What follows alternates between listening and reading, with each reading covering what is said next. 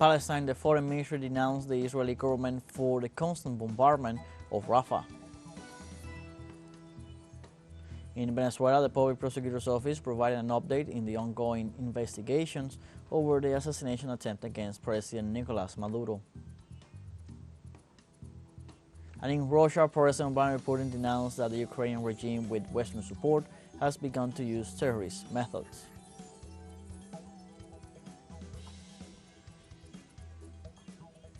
Hello, welcome to From the South. I'm Luis Alberto Matos from the teleSUR studios in Havana, Cuba. We begin with the news.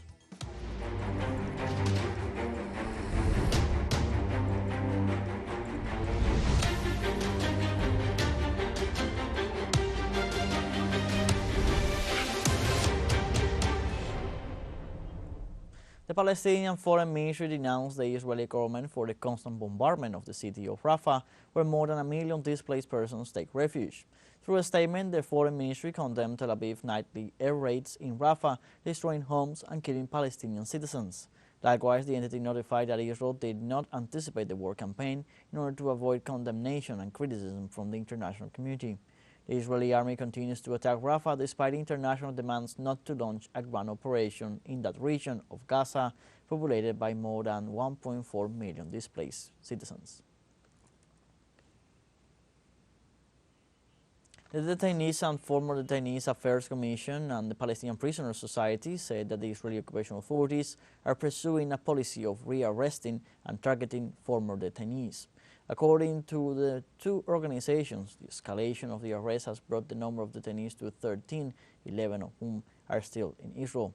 Among those arrested again are 3 Palestinian minors from Nablus, Jenin, and Arija in the occupied West Bank, while simultaneously 4 young Palestinians from Arija and Ramallah were put back in administrative detention for another 4 to 6 months. The ongoing detention campaigns have reportedly been accompanied by escalating violations, including brutal beatings and assaults, threats against detainees and their families, and the destruction and vandalism of citizens' homes and properties. Non-governmental organizations denounced in a report on Tuesday that Israeli forces have detained 61 journalists since October 7, 2023. The report said that among the detainees are 3 women, while 23 reporters are being held under Israel's undeniable policy of administrative detention without indictment or prior trial. According to other reports, the number of journalists killed in attacks by Israeli forces exceeds 120, almost 10% of the total, considering that the union has around 1,300 communicators. On the other hand, it has also been denounced that Israeli forces have repeatedly demolished the media institutions in Gaza to make it impossible to spread the reality of the aggression in that Palestinian territory.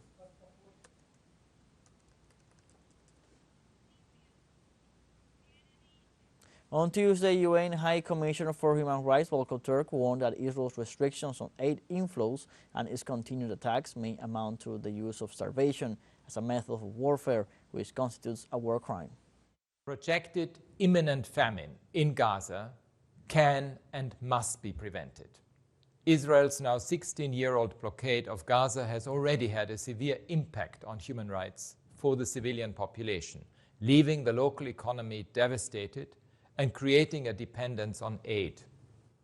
The extent of Israel's continued restrictions on the entry of aid into Gaza, together with the manner in which it continues to conduct hostilities, may amount to the use of starvation as a method of war, which is a war crime.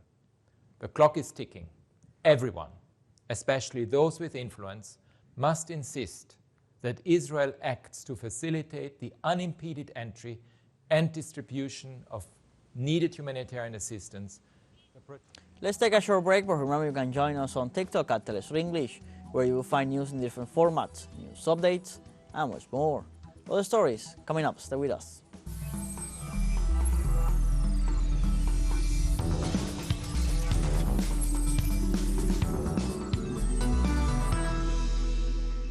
Welcome back. Venezuela's public prosecutor's office revealed progress in the investigations over the assassination attempt against President Nicolas Maduro. Attorney General Tarek William Saab submitted an update on the case where extremists were planning assassination acts after the arrest of a second person involved. The investigation revealed the recruitment of a group of people with a plan organized by former classmates of the military academy. The prosecutor underlined that the plot consisted in recruiting 50 army deserters to take tanks and weapons depot of a military compound aimed at carrying out a coup. The high government official informed that in view of the evidence gathered against the accused, they cannot qualify as politically persecuted citizens.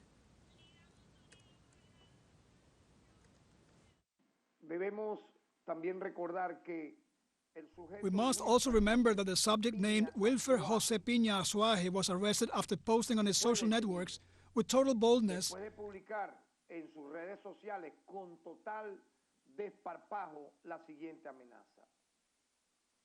the following threat: "In Maturín, Maduro will be dead," at a moment when the citizen president of the republic was, I repeat, in that city.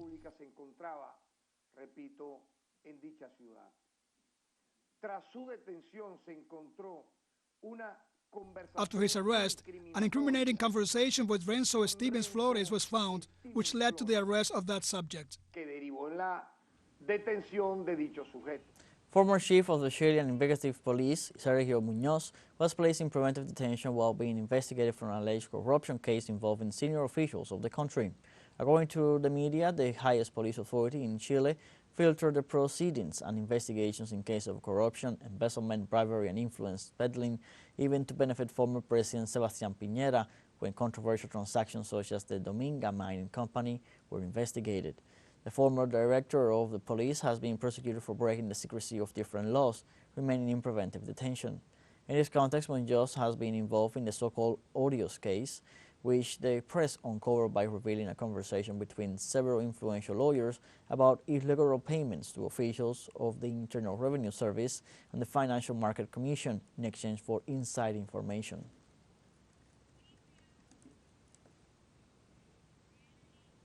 In Argentina, the leader of Liberty Advances, Javier Milei, arrives on Tuesday at the 100th day of his mandate as president with 57.3% of negative image. According to a study by the consulting firm Suban Córdoba y Asociados, 55.4% of the citizens believe that the country is going in the wrong direction, and 58.8% consider that in a year's time the economic situation will be bad or worse as it is now. As for personal reality, 51.1% have negative projections, 51.7% blame Milei and the Minister of Economy, Luis Caputo, for the worsening of the state of the nation, and 71.6% do not believe that the adjustment is being paid by for the politics. As Milei reiterates, for 88.5% of those surveyed, the severe cuts are being suffered by all Argentines. Let us review other data provided by the consulting firm Suban Córdoba y Asociados on the 100 days of Javier Milei's government. Confidence fell 12 points during this period at a rate of 4 points per month. 70% of those surveyed say that they no longer know how to adjust their spending to make ends meet. 71.6% agree with the statement, "My economy got worse with Milei."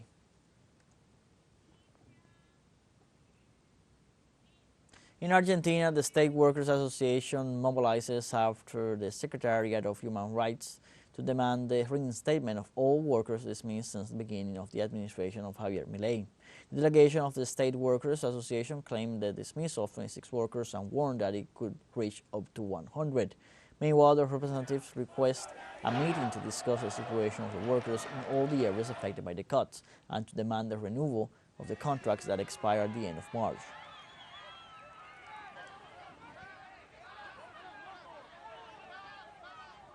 In Peru, the Public Prosecutor's Office launched an investigation against President Dina Boluarte for alleged illicit enrichment. The judicial body said an investigation was opened after the president admitted being the owner of a Rolex watch that she has been seen wearing on several occasions. The investigation also involves the possible crime of omission to declaring documents, since it seems that Boluarte did not declare the expensive garment among her assets. The prosecutor's office had already opened an investigation against the head of state for the crime of genocide during the social mobilizations that took place between December 2022 and January 2023, resulting in the death of at least 50 citizens. In Cuba, the second day of the third edition of the Patria International Symposium, which is being held at the Pavespo Fairgrounds in the city of Havana, advances.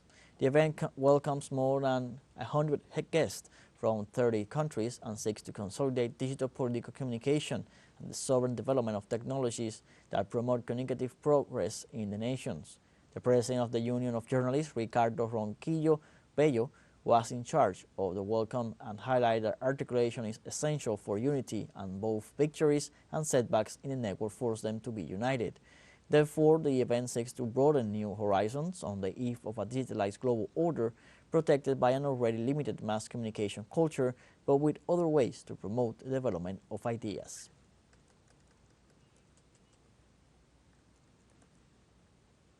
President Miguel Díaz-Canel visited the stand of teleSUR multinational agency at the third edition of the Patria International Symposium, alongside with Prime Minister Manuel Marrero and other political and government leaders. The Cuban head of state toured the fair accompanied by the technical and journalist staff of teleSUR, where he highlighted the activity of communication platform in providing voice to the people from the South. The president emphasized topics treated in the international symposium as action, tools, and new technology. At the meeting, Díaz-Canel talked about global issues such as the genocide in Palestine, the violence in Haiti, and the acts of imperialism that seek to impose sanctions on the people of the world. On Tuesday, during the second day of the Patria International Symposium, in an exclusive interview for teleSUR, Cuban President Miguel Díaz-Canel highlighted the importance of facing imperial hegemony from the communication field through the creation of alternative content.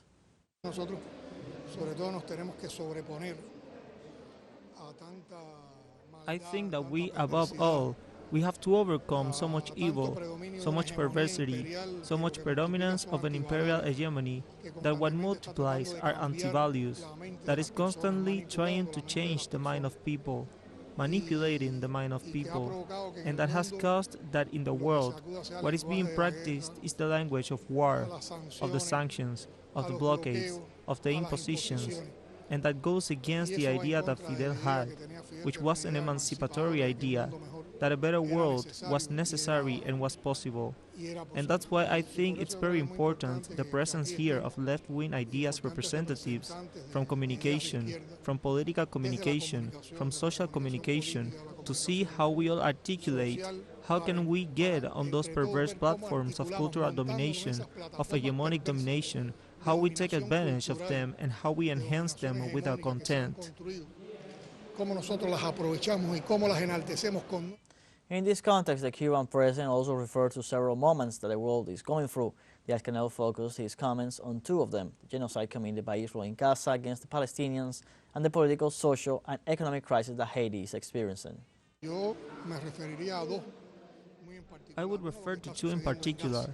One, what is happening in Gaza, which is an extermination. It is a genocide, which is executed by the government of Israel, but behind the government of Israel is the support of the U.S.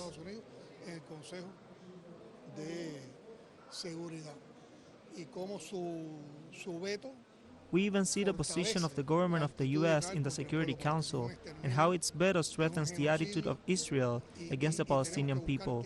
It is an extermination, it is a genocide, and we have to try to stop it. It is enough that the bombs are sounding, and what is needed is that the voices of the people suffering from this genocide be heard.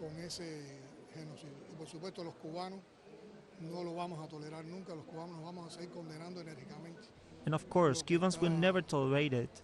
Cubans will continue to vigorously condemn what is happening. We will not become mere spectators of the slaughter that is occurring in Palestine. And the other one is Haiti, here in a region, a country,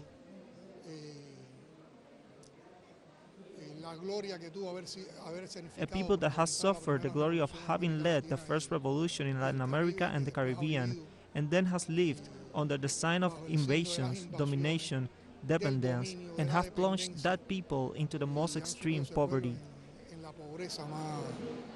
We have a fun short break coming up, but before we invite you to join our WhatsApp community for our English-speaking audience. You can scan the QR code on screen to join directly and share the link to reach more people. Constant news coverage of Latin America and the Caribbean as well as the rest of the world. Stay connected and informed with teleSUR. Fun short break, don't go away.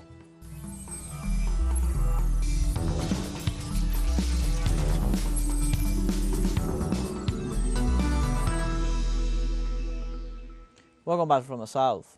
In Russia, President Vladimir Putin announced that the Ukrainian regime, with the support of the West, has begun to use terrorist methods. The Russian president urged to strengthen anti-terrorism efforts and called for coordination with other security agencies and the National Anti-Terrorism Committee to confront the North Atlantic Treaty Organization. Putin also warned that the U.S.-led military alliance has great financial, technical, and informative capabilities. The Russian head of state alerted the Federal Security Service about the attempts of Ukrainian sabotage groups to enter Russian territory. Putin called to find those involved in such groups and to strengthen the combat capability and equipment of the land and maritime border guards.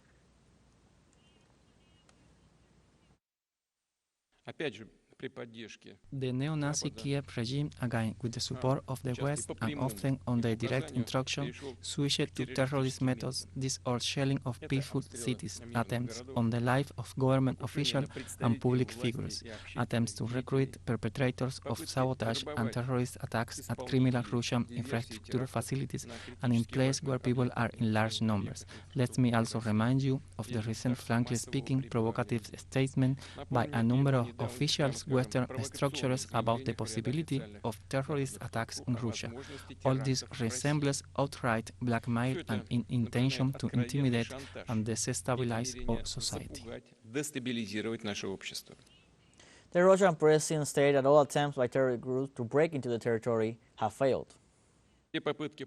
All attempts to break into our territory by sabotage and terrorist camps consisting of regular enemy units, foreign mercenaries they are also actively used, and all kinds of scum with through various channels ended up on the territory of the Kiev regime. All these attempts fail. The president also denounced that the plans of foreign extremist groups to seek to cross the border with Russia will not succeed.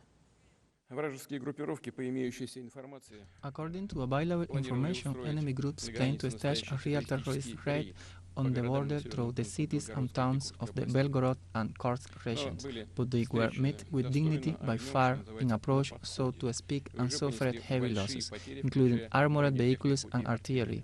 Well, for these traitors, today's owners have no pity at all. They throw them just like cannon fodder for slaughters serves them right.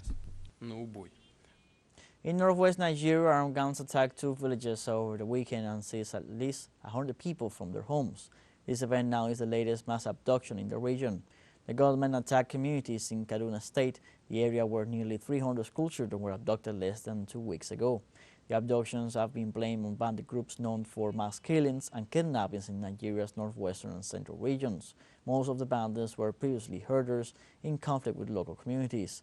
Security forces, meanwhile, are yet to provide any public update on the rescue operations, as the government has ruled out the payment of ransoms in the operation to free the children.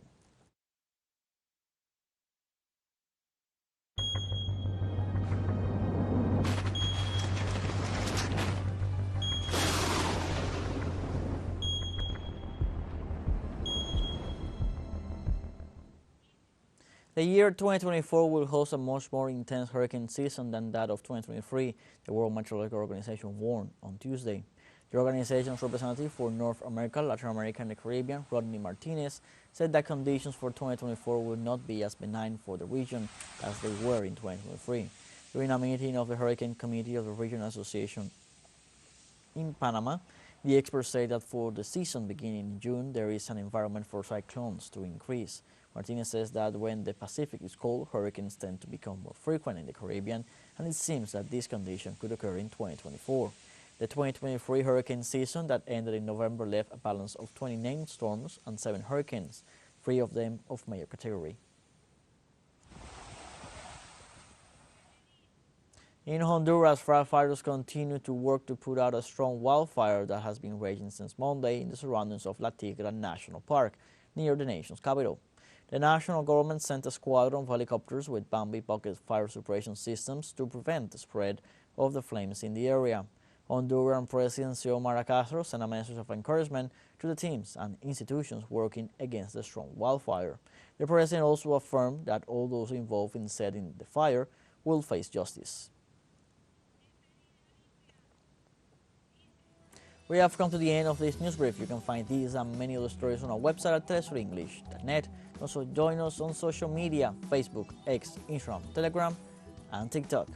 For teleSUR English, I'm Luis Alberto Matos. Thank you for watching.